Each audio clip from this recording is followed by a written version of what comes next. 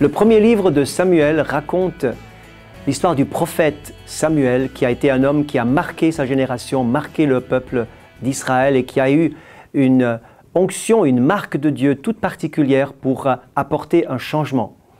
Mais avant la venue de cet homme, Samuel, il y avait une femme, c'était sa mère. Sa mère s'appelait Anne, qui veut dire grâce. Et l'histoire de sa maman est relatée dans le chapitre 1 du premier livre de Samuel. Un chapitre que je vous invite à lire chez vous, mais que je vais vous relater, faire ressortir quelques pensées importantes qui m'ont touché et qui vont également vous bénir, car le thème de ce message d'aujourd'hui, la naissance d'une prière inspirée. En effet, même si Anne s'appelle Grâce, eh bien, il semblait que la grâce était absente de sa vie. Il y avait un problème, il y avait un souci, elle était stérile, elle n'avait pas d'enfant.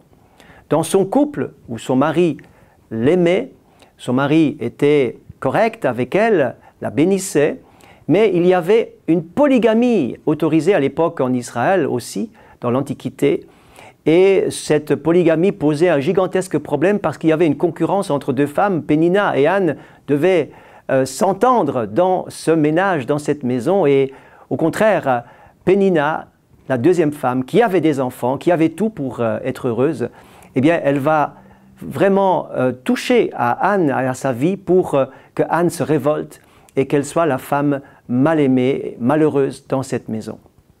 Mais voyez-vous, Dieu est au contrôle de toutes choses.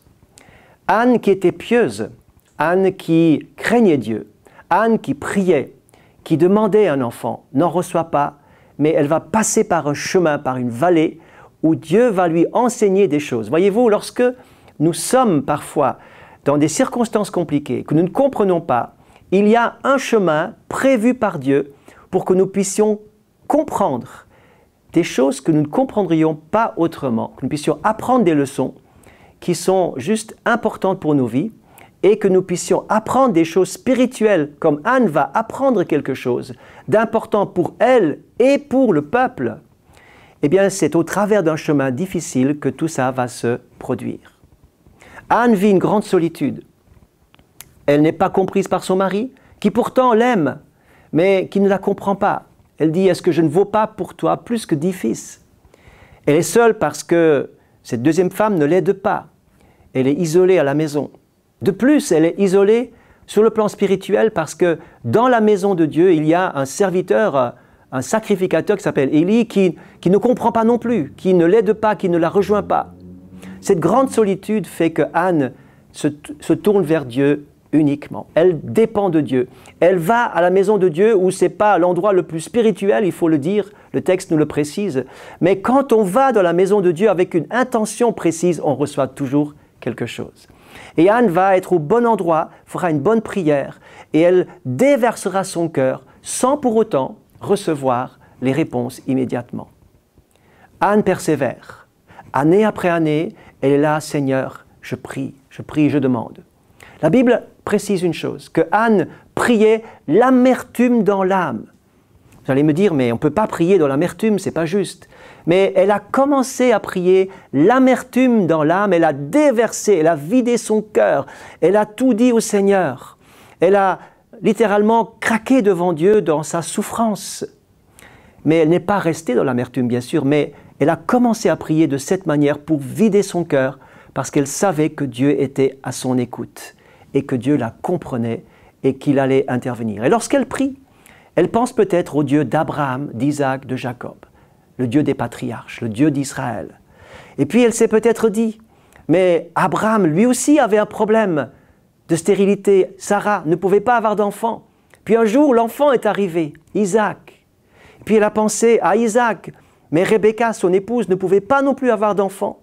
Alors, Isaac a prié pour Rebecca et ils ont eu cet enfant. Et elle s'est peut-être dit, mais si Dieu a fait ça pour mes patriarches, il peut le faire pour moi. Elle a repris courage. Mais l'enfant tardait toujours. Elle pria plus instamment encore. Et elle va réaliser que dans cette solitude de la prière, il se passe quelque chose. Une dimension de prière va naître en elle. Elle va prier, vous le lirez dans le chapitre 1, elle va s'adresser à l'Éternel des armées. Elle réalise qu'il est question d'un combat spirituel. Il est question d'un combat qui la dépasse complètement. Elle va réaliser que non seulement elle est stérile, mais qu'en fait, la maison de Dieu est stérile, le pays est stérile. Il n'y a plus de juges, plus de prophètes, plus de fruits, plus de victoires. Il n'y a plus de réveil spirituel. Et elle va commencer à prier pour son pays, pour son peuple. Elle va réaliser que la stérilité qu'elle a, eh bien, c'est l'état du peuple, l'état de son pays. Et la prière s'approfondit et s'approfondit. Elle rentre dans la paix du cœur et elle se met à l'écoute de Dieu. Et ici, quelque chose de magnifique va se passer. Et elle va dire, Seigneur, si tu me donnes un fils, je serais tellement content d'en avoir un, pour être comme toutes les autres mamans, toutes les autres femmes en Israël.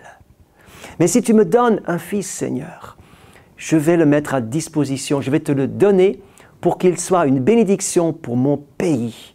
Parce que mon pays a besoin d'un homme qui est rempli du Saint-Esprit, un homme qui porte l'onction de Dieu, qui porte la puissance de Dieu et qui va faire un changement, qui va être un homme déterminant pour l'avenir de mon pays. Seigneur, un enfant, c'est l'avenir, mais je pense aussi à l'avenir de mon pays. C'est pourquoi, si tu me donnes un enfant, je le consacrerai pour toujours à l'Éternel. Voyez-vous, cette prière ne pouvait pas venir d'elle-même comme cela. C'est une prière qui est née du cœur de Dieu, qui s'est posée sur son esprit, sur son cœur, et qui a labouré son cœur, travaillé son être intérieur pour pouvoir justement devenir une prière divine, d'inspiration profonde, qui va être chargée de la puissance, qui va recevoir une réponse merveilleuse, et de cette réponse naîtra donc le prophète Samuel, qui va être à l'école dans cette fameuse maison à Silo, où habitait le sacrificateur Élie. Ce n'était pas le meilleur maître de stage, mais il était à l'école de Dieu et il va devenir une grande bénédiction, un grand prophète pour le peuple. Ainsi, à partir d'une souffrance, va naître une prière inspirée. Mais Dieu est toujours plus grand que ce que nous pouvons lui donner. Il est bien plus généreux que ce que nous pouvons lui offrir. Le texte nous dit aussi dans la conclusion de ce chapitre 1 que Anne va avoir encore bien d'autres enfants qui vont égayer ses jours, qui vont réjouir son cœur et qui vont devenir une grande bénédiction. Anne va être vraiment cette femme de la grâce de Dieu qui va répandre la grâce autour d'elle, qui va communiquer la grâce et qui a été une femme de prière, qui a été exaucée pour devenir bénédiction pour sa famille, bien sûr, mais aussi pour tout le peuple d'Israël. Ainsi que cette histoire puisse vous inspirer à vous mettre entièrement entre les mains du Seigneur.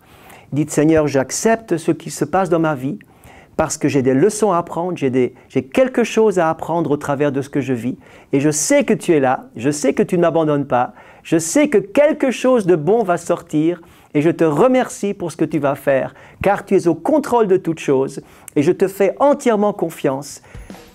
Je vous inspire par ces quelques mots qui sont sous forme de prière. J'espère que cela va vous aider. Accrochez-vous au Seigneur. Il est avec vous. Il entend votre prière, même les soupirs de votre cœur. Que Dieu vous bénisse et à bientôt.